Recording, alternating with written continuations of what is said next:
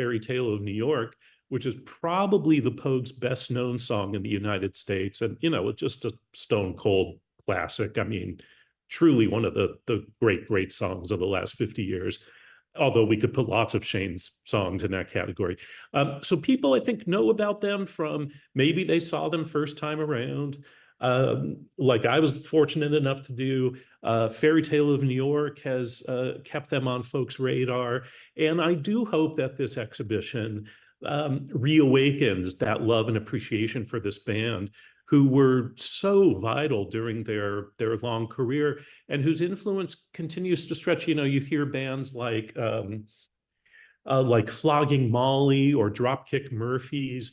I mean, even Springsteen at times, who is an avowed Shane MacGowan fan. That was Steven Jenkins of the Bob Dylan Center in Tulsa, Oklahoma. Hello, and welcome to episode 85 of the Irish Baseball Podcast. I'm your host, Rick Becker. Steven is going to be my guest on the show today. We'll start by talking about the center's current exhibit on the Pogues, and specifically the band's leader, the late Shane MacGowan. The exhibit runs through May 12th and is titled, "They Gave the Walls a Talking." Our conversation will last more than one episode, and we'll also cover Bob Dylan's love of Irish music, Ireland, and even into a little bit of Dylan's love for baseball. Right now, let's welcome Steven Jenkins of the Bob Dylan Center. Thanks for being here, Steven. Rick, it is my pleasure. Very happy to be here. So the first thing I want to talk about, because this is the Irish Baseball Podcast, and we're going to focus on Ireland at the beginning, is this exhibit that you have going on right now about the Pogues. And obviously, we lost the lead singer of the Pogues very recently, and this is the perfect time to celebrate this band that meant a lot to a lot of people. So what's going on with the exhibit? And if you could talk about their influence in general as well. Sure thing. Yeah, I agree with you that the time is right. It's bittersweet in that, as you mentioned, Shane MacGowan, the chief singer-songwriter for the Pogues for so many years, passed away in November. This exhibition was underway, however, with his knowledge and participation, of course, prior to his passing. And it opened initially at a museum in Dublin, quite fittingly, where it should have, Shane's town and, the home base for the Pogues for so much of their time. They actually split their time a lot between London and then back into Ireland. But this was at EPIC, which is the Emigration Museum in Dublin, very, renowned institution. And we got word here at the Bob Dylan Center, we're in Tulsa, Oklahoma, that this exhibition was going up. We all happen to be big Pogues fans here. Our mission, as I can talk about a little later, is centered all around Bob Dylan, but we're very interested in all sorts of music and in all sorts of musical artists. Shane MacGowan, in the top tier of a lot of folks here on staff, personally, and just also recognizing his cultural import. So our managing director of American Song Archives, that's the organization that runs both the Bob Dylan Center and our neighboring Woody Guthrie Center. He went out to Dublin to take a look at this show. And by the end of his trip, he had essentially struck a deal with the curator of the show to bring that exhibition to the United States, more specifically here to the Bob Dylan Center. The curator's name is Niall Stokes. He, in addition to being a curator for this exhibition, he has been the publisher and editor of Hot Press magazine since 1977. It's almost like the Irish Rolling Stone, if you will, in terms of its status as the music magazine of note. So Niall really knows his Irish music history, steeped in the Pogues, and put together a beautiful exhibition. On top of that, Steve Higgins, again, who I mentioned earlier, who went out to get the show for us, he connected with Victoria Mary Clark. Victoria and Shane had been partners for 40 years and were married. And, Victoria was with Shane through the ups and downs of his tumultuous life and his thrilling career. And Victoria became involved with us and loved the idea of having the Pogues and Shane MacGowan be on display and exhibited and celebrated here at the Dillon Center. So she unearthed some real gems from their personal archive. Victoria was the keeper of Shane's every handwritten lyric and artwork. He was a nonstop producer of art. And so when he wasn't writing lyrics, he was making drawings on any stray piece of paper, on objects such as a cigar box or a hurling stick. And Victoria said, well, what if we add some of these items to the exhibition as it had been displayed in Dublin, and we'll do something extra special for its display in Tulsa. So we have pieces here that had never before been exhibited that are really as private and personal from Shane's collection as you can get. The exhibition will run through May 12th, and it really is a trove of treasures for every Pogues fan. And I think for folks who aren't as familiar with their music, they'll be very pleasantly surprised. I think that's where I'm hoping this exhibit really has the biggest impact on people who maybe weren't fans of the Pogues or, just heard them around Christmas time, and maybe it can get them to look a little deeper into their music, because what type of impact would you say they've had here in the States? Because I think we know that they had a huge impact across the pond, but over here, maybe they weren't quite as big. Do you think that this exhibit could help change that a little bit?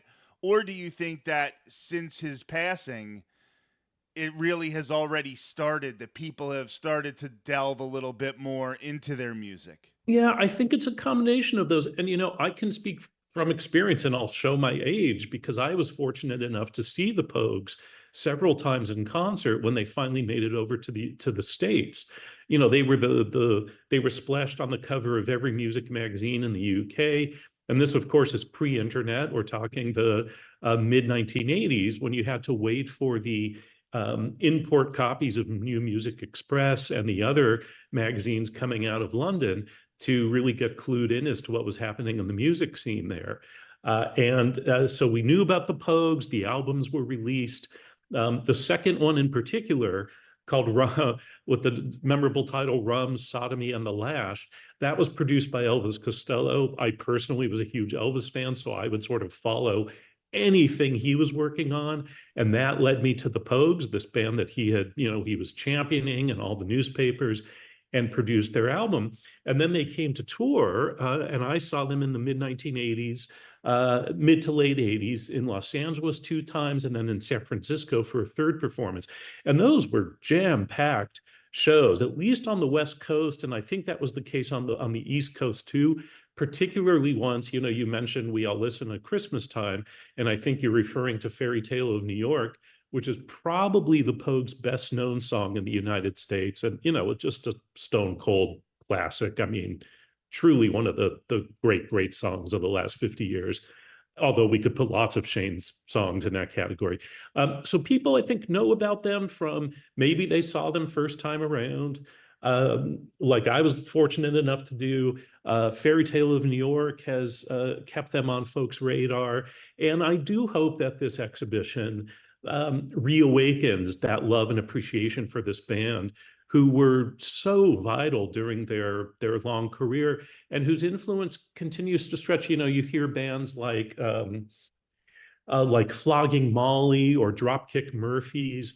I mean, even Springsteen at times, who is an avowed Shane MacGowan fan, will incorporate the tin whistle or the other traditional Irish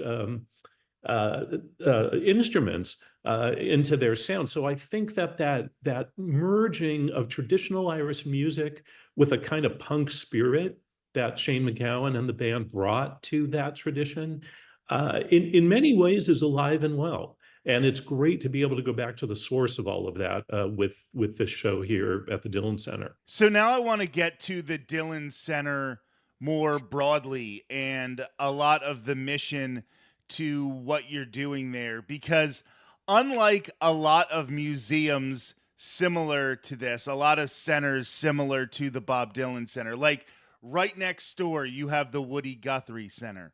Woody Guthrie hasn't been with us for quite some time. Bob Dylan played here last month. So Yeah.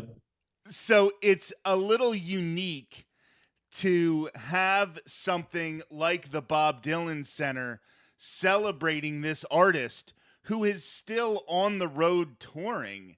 So, does that present any issues because you're almost already memorializing somebody who is still very, very active? Yeah, Rick, I think that's a really interesting point to raise because, as you say, it's unusual, highly unusual, to have a center of this sort dedicated to a living artist. This isn't the case of Van Gogh, whose genius wasn't recognized until, 100 years after his passing, or, any similar story within the annals of art history.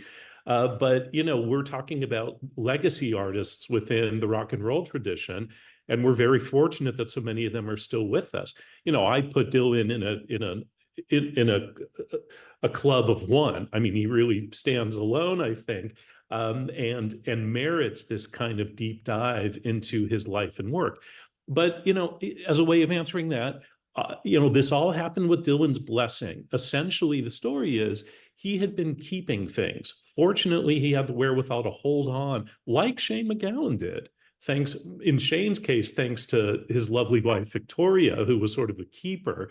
Otherwise, who knows what would have happened to Shane's stuff? He was prone to tossing things in the trash, and Victoria would go rescue them.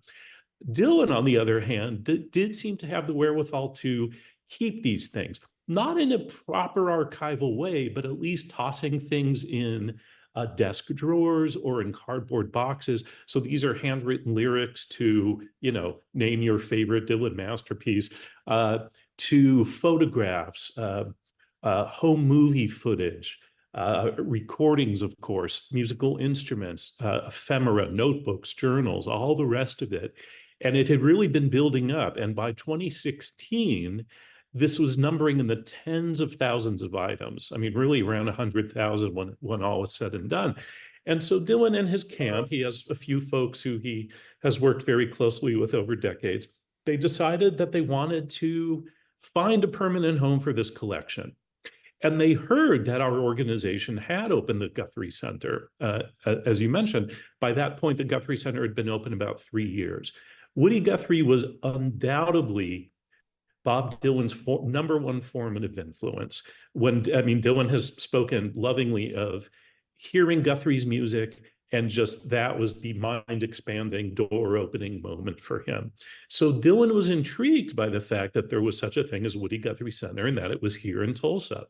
He and his folks came out to take a look. They were apparently impressed with what they saw. They liked the vibe of Tulsa. Dylan mentioned that the fact that this is Native American land resonated with him. And for, whatever other reason that Dylan might have, and it's, as I often say, it's a bit of a fool's errand to try to, second guess his reasoning. But to our great good fortune, he said, okay, you know what, Tulsa it is. I really like the idea of my collection finding a permanent home here, and I'll leave you guys to it. You do the work. I'll send the material, but I'm not going to be involved. I won't come to the opening. I'm not going to shake hands with your donors, et cetera, et cetera. Not terribly surprising given everything we know about Dylan and the way that he has maintained his privacy, for as much as he gives us through his art and being on stage so often. He really draws a line, and kudos to him for doing so. So the material arrived. It took us, a few years to get everything in order, to open the center to the public. We opened in May of 2022, so we're coming up on almost 2 years.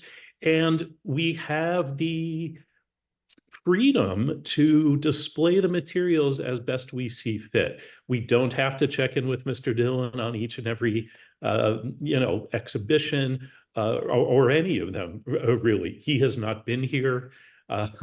He's played in town at the Tulsa Theater, which is just a hop, skip, and jump away, but has not been in. This is all is sort of in keeping with his ethos, which we entirely respect, but it allows us to hopefully steward this collection and display the artifacts in a spirit that is befitting this artist who, as he himself says, contains multitudes. Throughout his history of being honored by people and having things like the Bob Dylan Center, he sometimes seems like the least humble man in the history of time. He doesn't seem to want the praise, but like you said, he did save everything. He does put it out there. He understands his role, his importance, but I don't think he likes being there, having people telling him how important he is to everyone. Well, yeah, I think you're absolutely right. And there is a bit of a paradox there that I find fascinating, which is, there was a documentary made about Bob Dylan in the mid 1960s called Don't Look Back. And that's by the documentarian D.A. Penbaker. And I think, consciously or not, Dylan has so often espoused that philosophy. It's about the next song, the next show, the next painting. He's a very prodigious artist. A visual artist, and yet you're right, he held on to stuff. Now, I guess when you get a holiday card from John and Yoko, no matter who you are, that that's something that you should save, as one example among any number of hundreds or thousands I could name of really unique items here. But it's the handwritten lyrics, the crossouts, the marginalia, the revisions, as you can see in these works that he kept, the manuscripts, the working through of the songs. And this is really the emphasis of the center here. It's the creativity. That might sound obvious, but it's really the focus. We're less interested in, Dylan married so-and-so, and then he divorced so-and-so, and we leave that out of it. There are plenty of books that cover all those biographical details, but only here at the center can you look at 10 different iterations of the lyrics to Joker Man, for example, a song from 1983. And you really see that creative process. Now that allows us, with that focus, to bring in something like the Pogues exhibition, because while this is largely about Dylan, we see him as an exemplar of fearless creativity. And so we can look at the work of other artists who, we think walk that same walk. And I think Shane MacGowan and the Pogues are a perfect example. And the work, the exhibition on the Pogues, it fits in very comfortably, surrounded by the Dylan material. We've had a lot of people come in already, and I think they're sensing that connection. So whether these are diehard Pogues fans, there was a gentleman here in the gallery yesterday who had made the trip in from Canada, and he was wearing his Pogues concert t-shirt that he's held on to for 35 years. For our opening night, we had visitors in from, Vermont and Montana and all over the place. Similarly, all year long, people come in from all over the world to make the pilgrimage and see the Dylan materials. So it's nice that the center can be this gathering place for fans, and for folks who maybe have a more casual understanding or interest. But I think after a couple hours here, they walk away with an enriched sense of who these artists are, and also they might be encouraged to tap into their own creativity. That's where we're going to leave things off in this episode of the Irish Baseball Podcast. They Gave the Walls a Talking is the name of the exhibit on the Pogues, and it will be showing at the Bob Dylan Center in Tulsa, Oklahoma through May 12th of 2024. The Bob Dylan Center is right next door to the Woody Guthrie Center and just 2 blocks away from the home ballpark of the Tulsa Drillers, the AA affiliate of the Los Angeles Dodgers. I'm Rick Becker, and this has been episode 85 of the Irish Baseball Podcast.